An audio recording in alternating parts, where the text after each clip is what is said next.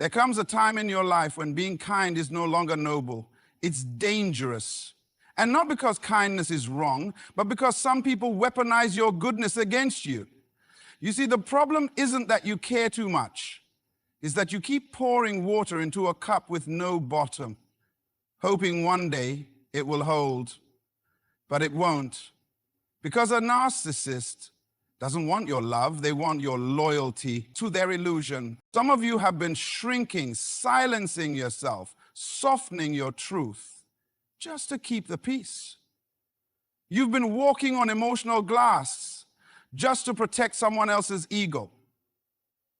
And here's the real tragedy. The more you give, the less they respect you. Because in their world, your compassion is weakness. Your forgiveness is permission. Your patience is fuel for their control. They don't just drain you, they train you slowly, systematically, to doubt your instincts, to question your worth, to explain your pain again and again until you forget that you even have a voice. But here's the truth they don't want you to realize. You were never created to orbit around someone else's emptiness. You were meant to stand in your own power, with clarity, with boundaries, with strength. The moment you stop begging for approval is the moment you start reclaiming your peace. You don't owe anyone your peace of mind. You don't have to be nice to someone who uses your kindness as a leash, because being nice to a narcissist is like feeding poison to your soul, slow, silent, and invisible until you no longer recognize yourself. You don't escape by arguing louder. You escape by understanding who you're really dealing with. You were probably raised to believe that being nice is always the right thing to do, that if you're kind, patient, and forgiving enough, people will eventually come around, that if you just love them a little harder, if you're just a little more understanding, they'll finally see your heart and treat you right. But what happens when the person on the other end isn't just broken? They're deliberately manipulative. What happens when your kindness isn't met with appreciation, but with exploitation? When your patience becomes their playground? That's what it feels like to deal with a narcissist. To the narcissist, your kindness is not a gift, it's a signal, a green light, a silent agreement that says you can take advantage of me and I won't stop you. They don't see your softness as strength. They don't admire your ability to forgive. They see it as a weakness they can use.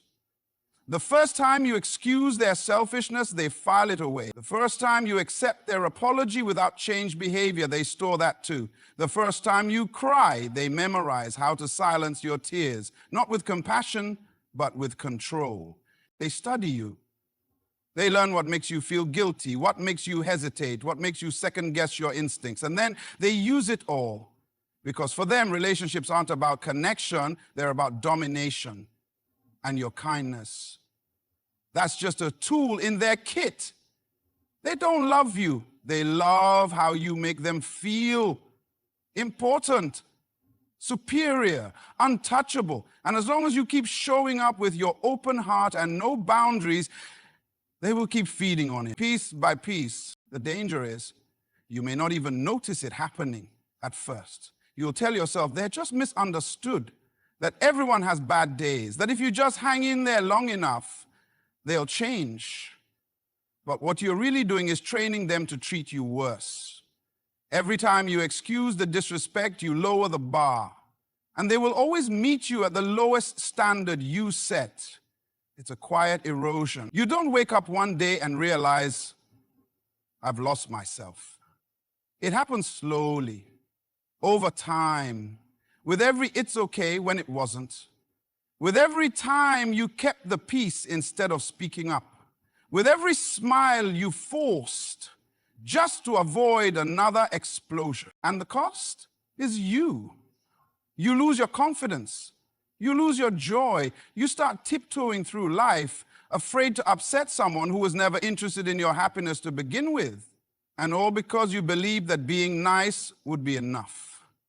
But Here's the truth. Kindness is powerful, but only when it's paired with discernment. Being nice without boundaries isn't noble, it's dangerous. Because when you're kind to someone who sees your heart as a weakness, you are not healing them. You're enabling them. There's nothing heroic about allowing yourself to be used. There's no reward for sacrificing your peace for someone else's pride. The more you keep giving your kindness to a narcissist, the more they will convince you that you don't deserve anything better. And that's the real lie, because you do deserve better. And it starts the moment you stop mistaking tolerance for strength and start realizing that sometimes the most powerful thing you can do is walk away. They don't need to raise their voice to control you. They don't have to hit you or scream at you or curse your name. No.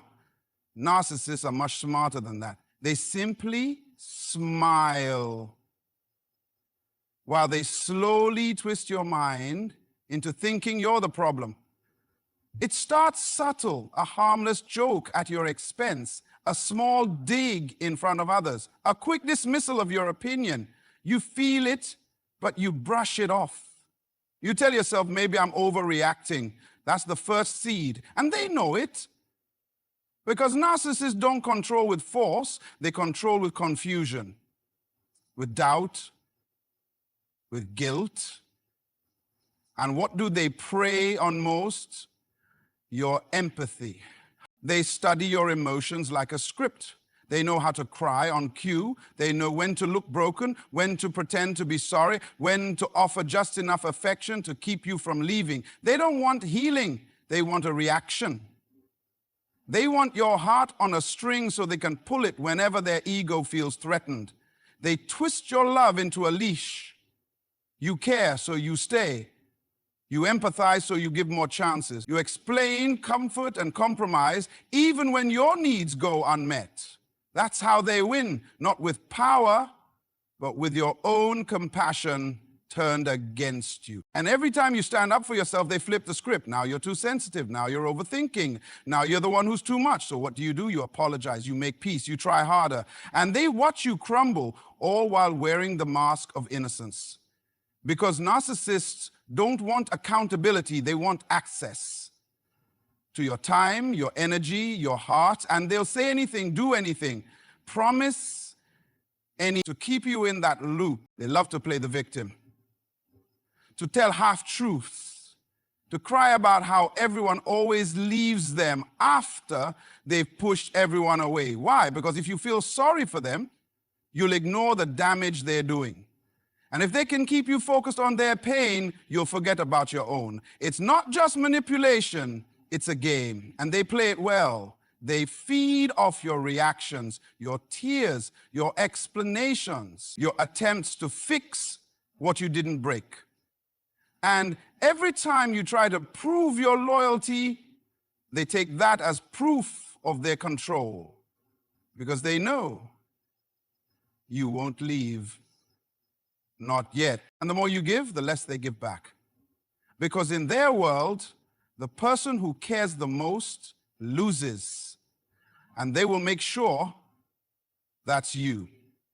You begin to feel drained, not just emotionally, but mentally and physically, exhausted from trying to keep someone happy who refuses to be satisfied. You pour out your empathy until there's nothing left. And even then, they'll demand more. But here's the shift. The moment you stop trying to understand them and stop understanding what they're doing, everything changes. You stop playing the game. You stop explaining yourself. You stop watering a dead plant and expecting it to bloom. Because love shouldn't feel like a puzzle. Empathy shouldn't feel like a trap. And the person who truly values you will never make you prove your worth through pain. At first, it feels small, like you're just making tiny compromises, like you're simply being flexible or mature or understanding. You tell yourself relationships require work, give and take. So you give. You give again and again until the pattern becomes so normal, you stop noticing that you're the only one giving. With a narcissist, it's never just about what they do, it's about what you slowly stop doing. You stop laughing the way you used to. You stop speaking up when something bothers you. You stop dressing the way you like, or dreaming the way you used to, or planning things without their approval. You stop living freely because you've become trained to live carefully. You edit yourself not because they asked you to directly, but because their reactions have taught you it's safer that way. Safer to stay small, safer to nod and smile, safer to give in than to set them off. And then one day you wake up and realize you don't know who you are anymore. Because when you're with a narcissist, it's not just about losing your voice. It's about being convinced that your voice was never important in the first place, that your thoughts are too dramatic, that your needs are too much, that your expectations are too high. And that's the trick. They don't just manipulate you to love them, they manipulate you to doubt yourself. Every time you try to speak up, they shift the blame. Every time you get close to the truth, they twist it just enough to make you question your own memory. You start apologizing for things you didn't do. You start taking responsibility for their moods. You start working harder to make things right, even when you didn't make them wrong. But love is survival. You start walking through your own life like a stranger, pretending, performing, hoping that maybe if you get it right enough times, they'll finally give you the approval you crave. But they won't. Because the approval was never meant to be permanent, it was bait. And now you're hooked. You become emotionally dependent. You rely on their moods to decide how you feel. You wait for their validation before you trust your own judgment. And somewhere in the quiet moments, when you're all alone, you begin to wonder, is this what love is supposed to feel like? No, it's not. Love doesn't erase you. It doesn't mute you, shrink you, or strip you of your identity. Love doesn't demand that you disappear so someone else can feel big, but a narcissist does. Because the more unsure you are of yourself, the easier you are to control. And they know it. That's why they applaud your sacrifices but never return them. That's why they highlight your flaws but hide their own. That's why they always keep you just unsure enough to need them. And that's why the cycle keeps spinning. You didn't fall in love with who they are. You fell in love with who they pretended to be, and now you're trapped, trying to get back to a version of them that never existed. And in the process, you're losing the most real thing you ever had, you. But the moment you begin to notice the erosion, the moment you recognize how much of yourself you've handed over, is the moment you can begin to take it back, piece by piece, step by step, voice by voice. At some point, you have to stop calling it love and start calling it self-destruction. Because every time you let them cross the line without consequence, the line moves. And every time you forgive without change, you're teaching them how little they need to respect you. That's why boundaries aren't just important, they're non-negotiable. A narcissist doesn't need to hear no just once. They need to see it reinforced, backed up, lived out. Because for them, no is a test, a challenge, to see how far they can push. And if you hesitate even for a moment, they'll twist it. They'll wear you down with guilt. Why are you being so difficult? You used to be more understanding. You're just too sensitive. And before you know it, you're doubting your own right to say enough. Boundaries feel harsh to the person who benefits from you having none. That's why narcissists react so strongly when you finally start drawing them, because control doesn't work on someone who knows their worth. When you begin to say, this behavior is not acceptable, they panic. Not because they care about your feelings, but because they're losing their grip on your identity. When you stop explaining, stop defending, stop giving them unlimited access to your time, your energy, your emotions, they see it as betrayal. Not because you've done something wrong, but because you've finally done something right. The truth is, narcissists don't want a partner. They want a puppet. They want someone they can mold, manage, manipulate, someone who makes them feel powerful by staying silent. But boundaries break the strings. You don't owe them a conversation when they violate your peace. You don't owe them a second chance when they trample your trust. You don't owe them comfort when they've made a habit of your pain. What you owe to yourself is protection of your mind, your dignity, your future. And protection doesn't mean building walls so no one gets in. It means building gates so only those who respect you can enter. It means being kind, but not available to abuse. Compassionate, but not compromising with manipulation.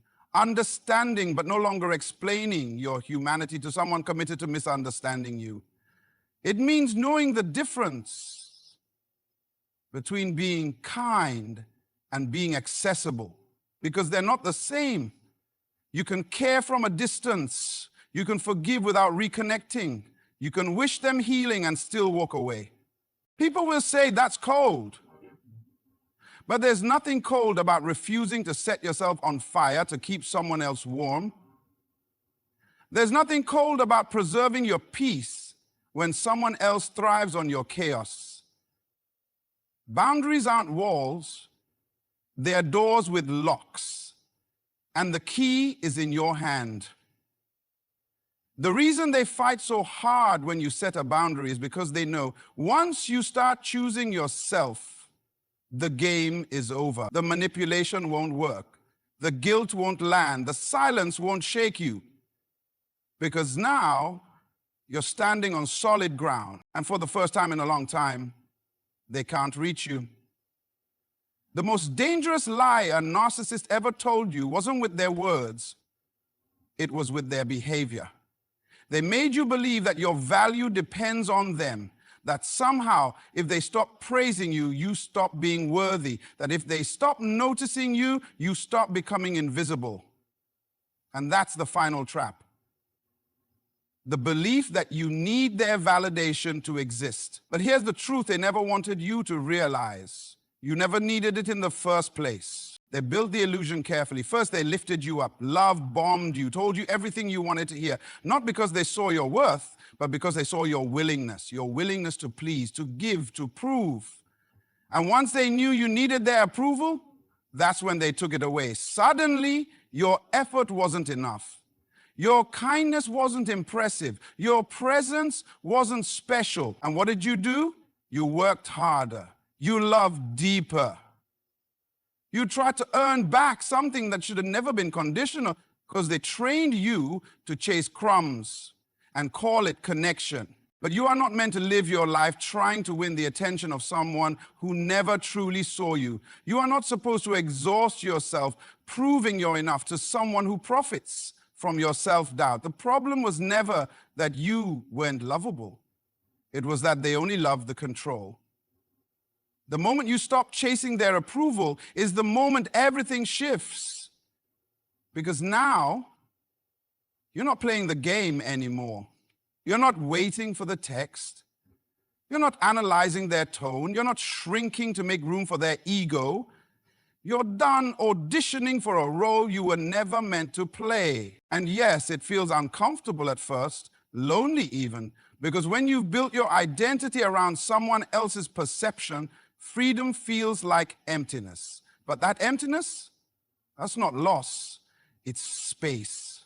Space to remember who you are without their shadow clouding your view. This is where your healing begins. Not in their apology, not in their change, but in your decision to stop needing either. You don't need closure from a narcissist. You don't need them to admit what they did. You don't need them to finally get it. What you need is the clarity to understand that the person they showed you in the end, that was who they were all along. And once you see it for what it is, you reclaim everything they try to steal. Your peace, your confidence, your direction. You start measuring your worth not by how someone else sees you, but by how you feel when you're no longer under emotional siege. Because when you no longer need their validation, you become untouchable. Not bitter, not broken, just unreachable by the nonsense that once had power over you. And that's what they fear the most. Because the second you realize your life is not dependent on their approval is the moment they lose all control. So now you see it clearly, the game, the cycle, the trap, and most importantly, your way out. You are not here to be someone's emotional crutch. You are not born to shrink, to bend, to break for people who refuse to grow. You are not created to live your life proving your worth to someone who couldn't even see your value when it was staring them in the face. You are not the problem, you are the awakening. And today, something inside you has shifted. Something powerful. That quiet voice you kept silencing is rising. That strength you kept hiding, it's demanding space. That version of you, the one who doubts, who second guesses, who tolerates, that version is done. Now, you walk forward with boundaries like armor, with clarity like fire, with self-respect that no longer negotiates. You don't owe anyone your silence, your suffering, or your second chances. From this moment forward, your peace is priority. Your voice is valid. Your healing is unstoppable. So rise, not in anger, but in alignment. Not to get even, but to get free. You don't have to prove anything to anyone. Just walk in truth and let the truth protect you. Good luck on your journey to full freedom. And thank you for having the courage to take your power back. The world is about to meet the real you, and this time, you won't be asking for permission.